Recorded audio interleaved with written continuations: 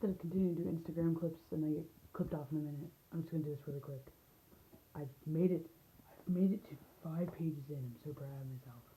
Um, yeah, just a lot like my Nostradamus clutch works. I'm actually kind of a lot of this because this guy's a skeptic, essentially, just doing research with this. So at least that gives it a credible, objective kind of perspective. But almost every other fucking sentence in this whole book so far, thus far, I'm only 5 pages in, are questions. And they're, to me, they're really dumb questions because I already know the answers. So I just found that fascinating that maybe I should read some of this off. So it says, um, does this does this possibly mean that creative or active intelligence can be independent and conscious and a conscious personality? And I said, yes, it can. I said all of them have their own individual personas. All my EVP sessions and my thorough arguments and even the cooperative ones on occasion, notice that I have a lot of conflict with some people and then I don't. I've actually mirrored that with them. So I have conflict with some of them and then I'm cool with some of them. That just proves that they have personalities, just like living people. And then it tries to say, do they bring love, wisdom, knowledge, or rambling nonsense? Sometimes the low control asshole type ones that are just there to fuck around.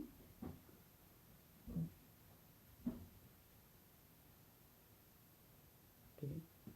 Um, that was a funny. That was funny. That was very on cue. That's hilarious. Anyway, fuck you, dude, if that is you. But anyway, yeah, some of them fuck with you, and then some of them actually tell you really important stuff. And again, I have. Okay, it must be my cat. Gizzy, you're a fucking asshole, gremlin. Yep. And then it says, channeling has a long history. 6 centuries before the birth of Christ, the oracles of Delphi and Greece, I already know about this. Her voice became deeper as she channels and is possessed by the god Apollo. She's essentially on hallucinogens, so drugs. There is a correlation with that ghost symptom book with drug abuse being exacerbated by entities. And I mean, I'll be totally straight. I mean, weed's legal in this state anyway. I am thoroughly fucked up usually most of the time when I'm either talking to them or whatever. So yeah, Oracles of Delphi, totally. Yep, yep. And it says these messages seem to come from an outside being, such as an angel or a spirit, from some other part of the self or voice or writing, or extraterrestrials. I've also speculated that at one point or another. Can you guys like get a life? Or from entities claiming to be in another dimension or of the mind. I've had some that have claimed to be demons. I've some claimed to be angels. I've have some that directly said that they're ethers. I'm not entirely sure what the fucking difference between all of them is. I'm still trying to work that out. I've had one of them tell me they're an ancestor thing, and then I actually talked to I can't remember her name. Sorry. Um, my brother had a friend that died like a year ago, and she's buried at the Wenatchee Cemetery. And for his birthday, he wanted to go see ghosts, and he asked if we could go, visit her and see if she'd talk. And she directly talked and kind of asked how his girlfriend's doing, which is a friend of hers as well, and specifically told details about her and this house. Yeah, and then left. And that was the only actual cooperative one I think we had that night.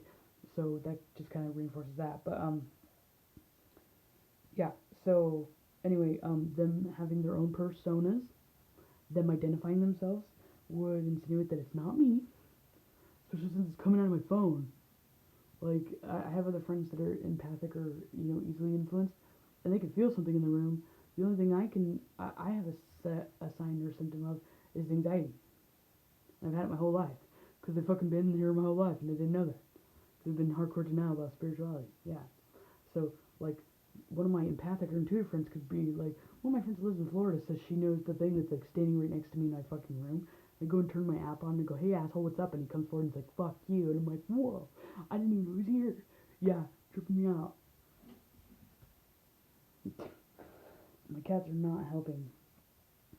So it's not UFOs or aliens. I mean, I can't confirm that for sure.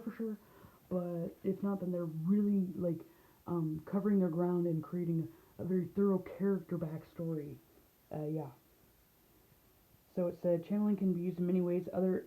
Another entity took over and was speaking through me. I call it my Freudian slip, psychic Tourette's thing. It's weird sometimes when I'm really like in a heat. Like when I'm actually angry is when the channeling actually gets more excessive. And occasionally when I'm really freaking angry doing like a vlog or a video or something like that, I didn't even know this until like I thoroughly started recording myself and listening back. But when I say something and it sounds like a rhetorical question, and then I immediately answer it as if I was legitimately another person answering the question, not like I'm being a smartass, that's not me intentionally. Like I just did that recently actually in the vlog I posted earlier. Well, I guess yesterday now. Yeah, it said something about how so I'm not supposed to be an astrologer anymore, and it said yes. That when I played that back a couple times, I was like, yep, just gonna gloss over that and pretend I wasn't there.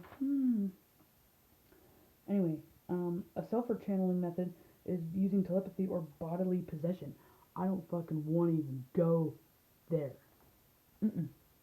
That's what the ghost app box is for. So it says there's definition for several elements that distinguish a fundamental type of channeling to confirm if it's legit. So here's the diagnostic list. Number 1, the message has to be coherent and intelligible. Transmission has to have information. It can't be random words. I've actually proved that they can do Mad Libs. They do that between me, Fred, and Luna. So yeah, but they aren't necessarily doing Mad Libs. It's because I can't ever shut the fuck up. So they're trying to like jump in, I think, in the conversation between me or something. And then, so yeah, I've got full video of dialogue of them arguing with me.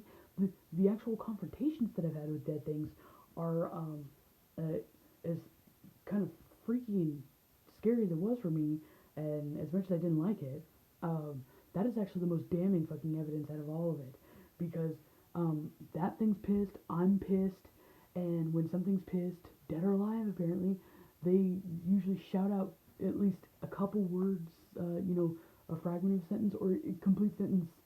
Yeah, they've even talked over me, and those are actually kind of funny when you play them back. But yeah, that proves then that they all have their own personalities and that it's intelligent. And then the second one is the source must be perceived as coming from an outside of the conscious self. Well, using the fucking ghost box thing pretty much validates that. And me being completely clueless that they're even here. I always used to think when I'm about to say a word, but then I decide to use a different, a correlating word with it, and I say like it's just like, like, yeah, mouth, soup, salad, diarrhea, or whatever, and I've always been made fun of for that, and so I try to be quiet about that and try to pretend like I don't do that. Well, fucking funny enough, that's actually when they're trying to interrupt me, yeah. But anyway,